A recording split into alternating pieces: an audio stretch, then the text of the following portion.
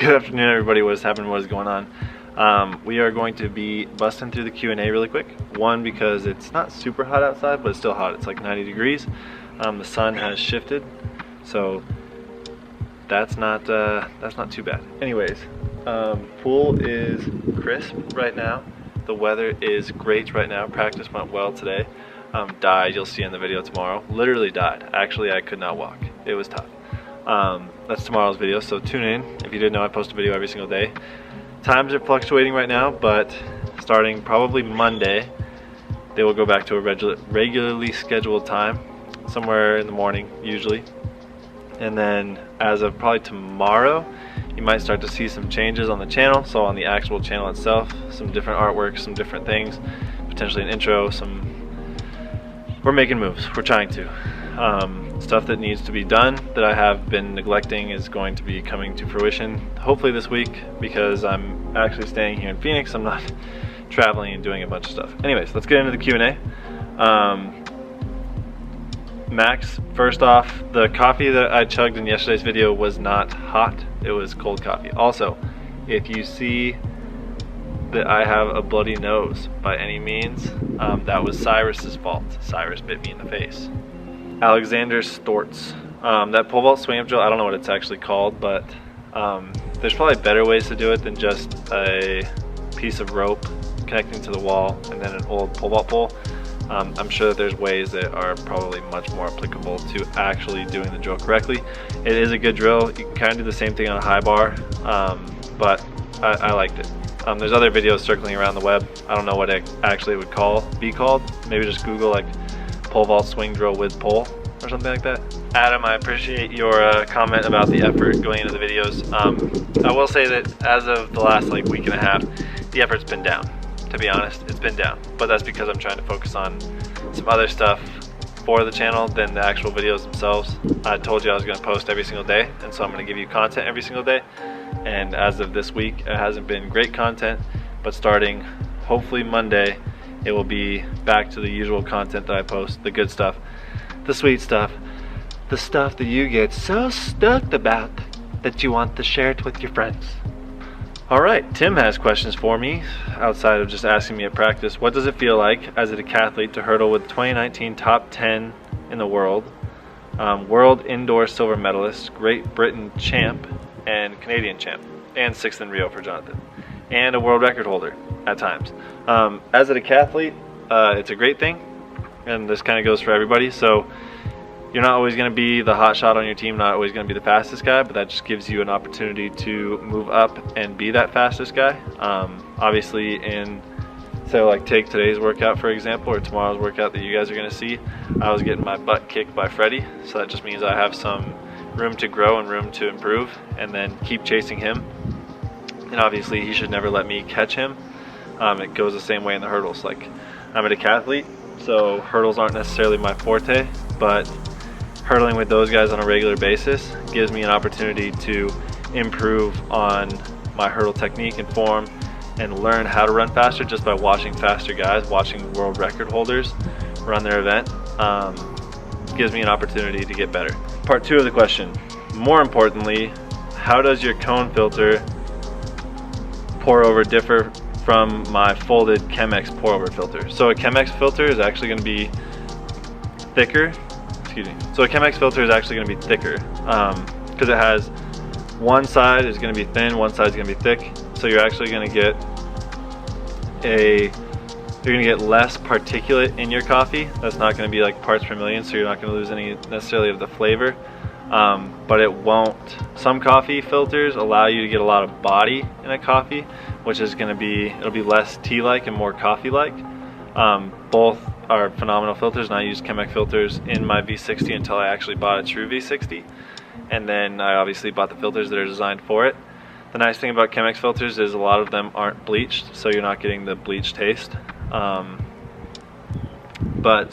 it's a slight difference. It's not a huge difference. I prefer the Chemex filters actually because they're a little bit bigger. They allow you to pour a little bit more generously, and I think that they give a better brew, but it's all kind of based on personal preference and taste. I think that the Chemex filters or the V60 filters are a little bit thin and hard to use at times, but the Chemex ones are a little bit more expensive too. Scott wants to know, if you could have a billboard anywhere with any message on it, where would it be and what would it say? Honestly, I've never heard that question, never even thought about that question until I just read it.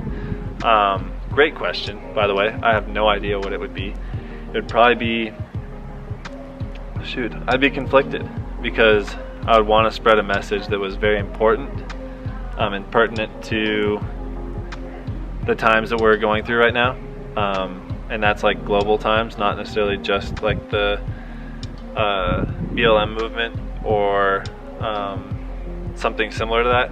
It would have to be like, obviously I'd want to self-promote, or that would be like a simple answer, would be like throw it up in like a very public place like Times Square and just throw my YouTube channel up there.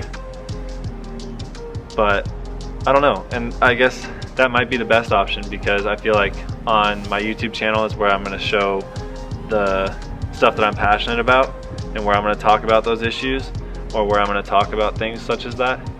So yes, it sounds selfish to say that I would like to promote my channel, but not necessarily just for like monetary gain or like personal gain. It would be because I think that on my channel I represent the stuff that I'm passionate about, and that's what I would buy a billboard for to begin with, or what I would have a billboard for to begin with.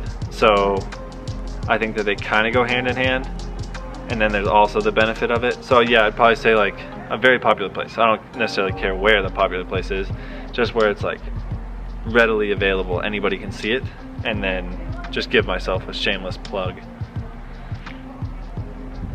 So Simon, YouTube actually did pick up on my videos quite a bit when I was in college, because I would get like anywhere from like 2,000 views a video to 3,000 views a video to 1,000 views a video, but minimum 1,000 views every single video.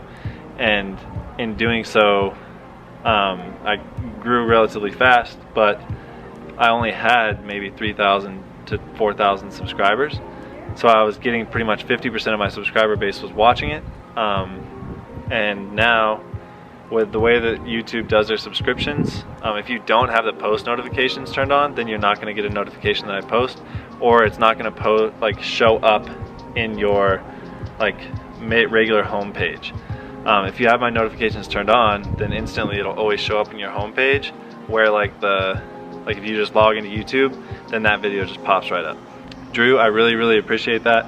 I think that's a genuinely nice comment to say, because a lot of people read the comments, and for you to say that if you're reading that comment then they should subscribe if they aren't already, I appreciate that. Thank you, Drew. Toy Terminator, yeah, my expressions in the interview were actually pretty funny. One of my friends sent me like a screen grab on Snapchat of the actual video, and Michelle's like looking at me like I'm pretty funny, and I just have like a blank face. It was actually pretty funny. I enjoyed it. Noah Bollinger, my website isn't working because I have not updated it, and so since I hadn't updated it, I just closed the whole thing down. I know it's still in my description, but that's also something I'm working on this week. Something that I'm trying to put a little bit more effort into, because that's going to be, I've learned that to ask for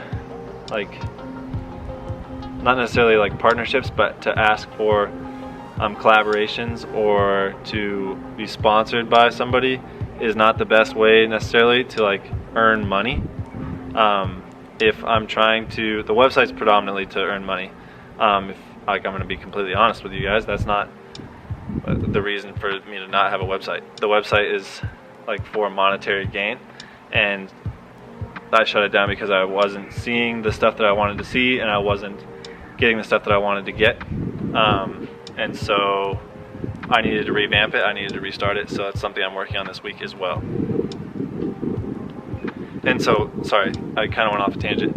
It's better to sell your own products and stuff that you can control and not have to rely on somebody else, and really just promote yourself, promote stuff that you're doing personally to get your name out there, to get the stuff, the content, the creativity, the work that you're putting in, get that out there and just sell it for yourself. That way there's no middleman, there's no anything random. It's just you and whatever you're selling. That's how we're going to do it. All right, and the last question from Sam Wiley. Strange to end on this one, but Who are all these lovely ladies in your videos? Anyone special in your life? You commented that on the video of Rio, or like the throwback video of Devin. So that would have been Lauren Crockett. We dated all throughout college. We're still good friends, still great friends. But no, there's nobody special in my life. Obviously there's Michelle, she flew up here. Really, really good friend. And then Hope, who's actually dating one of my best friends, Charlie. So yeah, nobody special in my life. I'm just living the dream here in Phoenix. It's a great time. Anyways, that's gonna be the end of the Q&A. I hope you guys could learn something from it. Like I said, I do these every single Monday. So throughout the week on 7 different videos, or 6 different, I guess 7 because you can comment on this one and I'll still answer them. You have an opportunity to ask me a question. Literally anything. I'm an open book. You guys know this. I share pretty much everything with you, even about my personal life apparently with the ladies. And yeah, you guys can ask me any sort of question, whether it's track and field related, whether it's school related. I went to the University of Oregon for 4 years. I studied business and economics. I got my degree in 3.5 years while still being a student athlete. So I know a thing or two. Even if it's just about sports, any sport, really. I'm happy to answer your questions, whether it's high school football, whether it's college football, whether it's high school in general, whether it's anything. I'm happy to answer your questions, so feel free to comment them on any of these videos and I'll get to them next Monday. But other than that, remember, be nice to people, don't hurt yourself, don't hurt others, slow down, don't dance so fast. If you're new to the channel, consider subscribing, and if you're not, hang in there. We're gonna get back to what we used to be doing, and it's gonna be even better than what we used to be doing. I promise. Talk to you guys all tomorrow. Toodles.